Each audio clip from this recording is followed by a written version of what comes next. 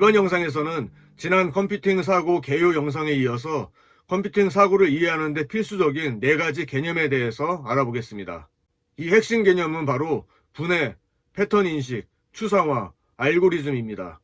이 4가지 개념에 대해 정리하고 싶으신 분은 끝까지 시청해 주시고 계속해서 소프트웨어 입문 영상을 받아보고 싶으신 분은 지금 구독해 주시기 바랍니다. 컴퓨팅 사고란 문제를 해결하기 위한 사고라고 할 수 있습니다.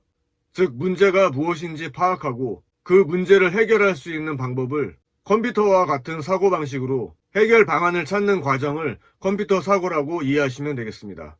컴퓨팅 사고라는 용어는 1980년에 미국의 시모 페포터 교수가 처음 사용한 용어입니다.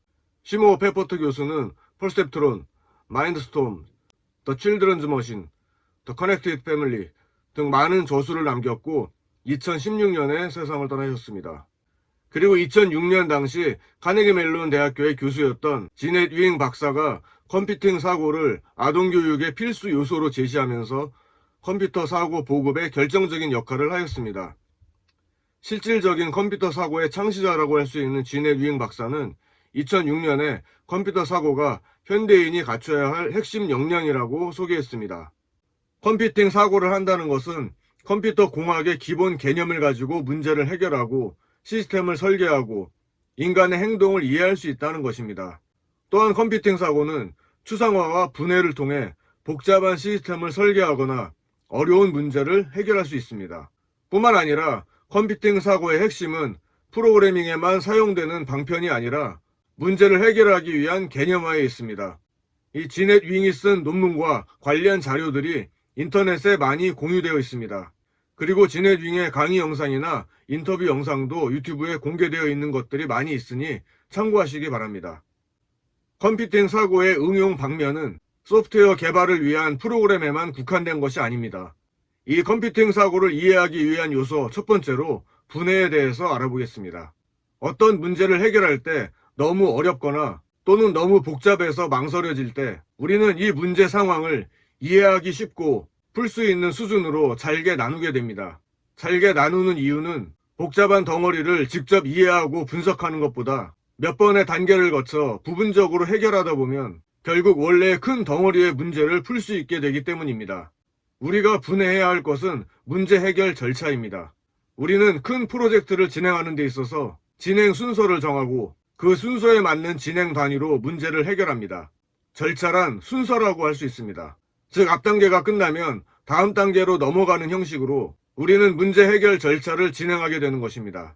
또는 앞 단계와 다음 단계를 동시에 시행해도 문제가 없는 경우가 있습니다.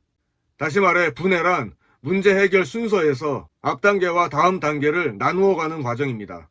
또한 앞 단계의 결과물이 다음 단계에서 중요한 자원으로 사용되는 경우도 있기 때문에 각 문제 해결 절차를 분해하는 것은 문제 해결 과정에 매우 유용합니다. 소프트웨어 개발에 있어서도 사용자의 요구사항을 분석하고 분석한 내용을 기반으로 설계를 하고 코딩을 하게 됩니다.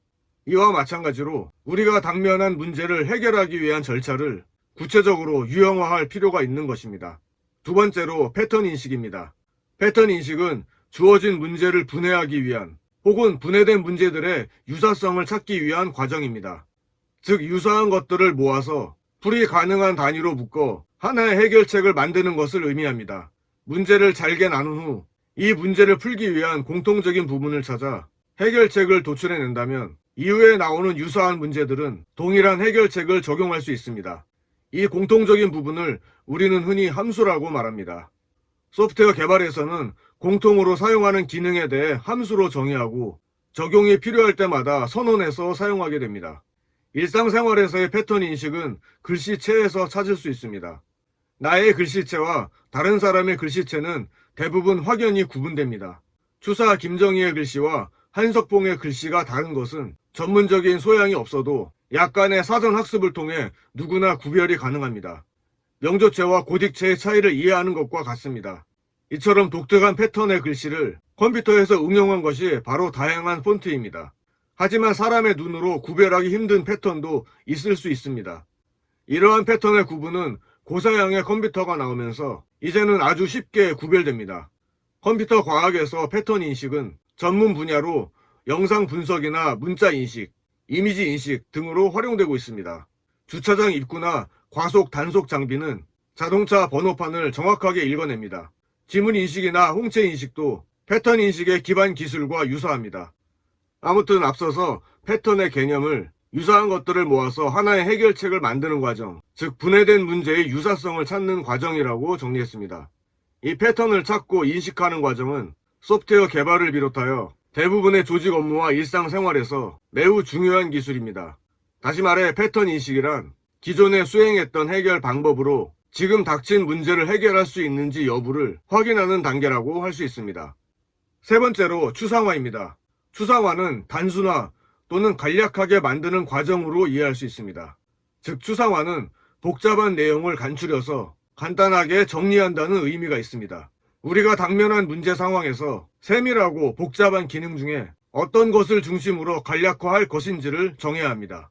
다시 말해 추상화라는 것은 복잡한 내부 시스템을 보여주지 않고 사용자에게 필요한 부분만 소개하여 전체 시스템을 이해하지 못하더라도 시스템을 사용하는데 문제가 없도록 하는 과정이라고 할 수 있습니다.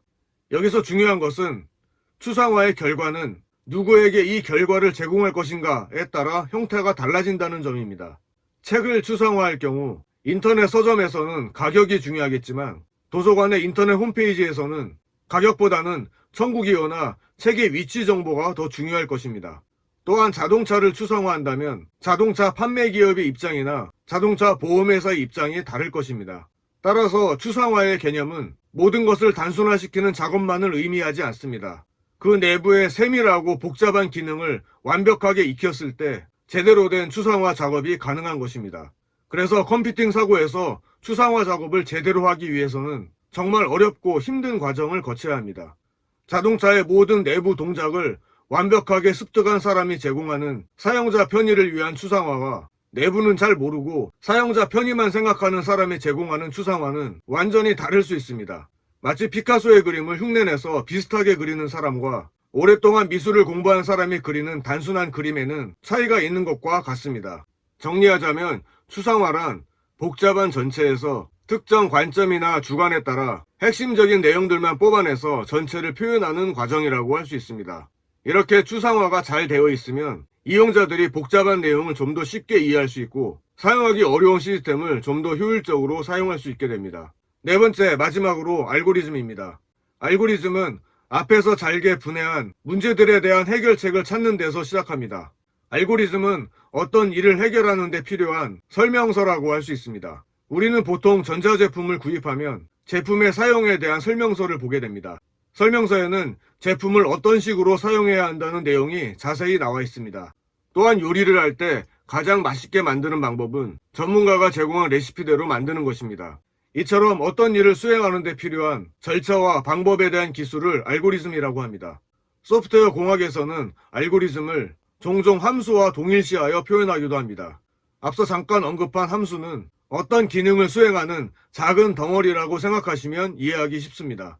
알고리즘은 꼭 컴퓨터로 실행되는 것이 아니라 우리 일상생활에도 많은 도움을 줄 수 있습니다. 즉 알고리즘은 컴퓨터 과학뿐만 아니라 현실 세계에서 일어나는 다양한 문제의 해결책을 찾는 데 도움이 됩니다. 일상생활에서의 문제 해결과 알고리즘을 연관지어 쓴 책들이 많이 출간되어 있습니다. 제가 갖고 있는 책을 몇 권 소개해드리면 알고리즘 행성 여행자를 위한 안내서라는 책, 그리고 알고리즘 라이프라는 책입니다. 이 외에도 재미있게 읽을 수 있는 알고리즘과 관련한 책들이 있으니 인터넷 찾아서 참고하시면 도움이 되실 것 같습니다. 이번 영상에서는 컴퓨팅 사고를 이해하기 위해 필요한 핵심 요소인 분해, 패턴 인식, 추상화, 알고리즘에 대해 알아보았습니다. 이 중에서 추상화와 알고리즘에 대한 내용은 다음 영상에서 더 자세하게 살펴보겠습니다. 업데이트 정보를 받아보실 분은 구독해 주시기 바랍니다. 이번 영상은 여기까지입니다. 끝까지 시청해 주셔서 감사합니다. 여러분의 구독과 좋아요는 다음 영상 제작을 위해 큰 힘이 됩니다.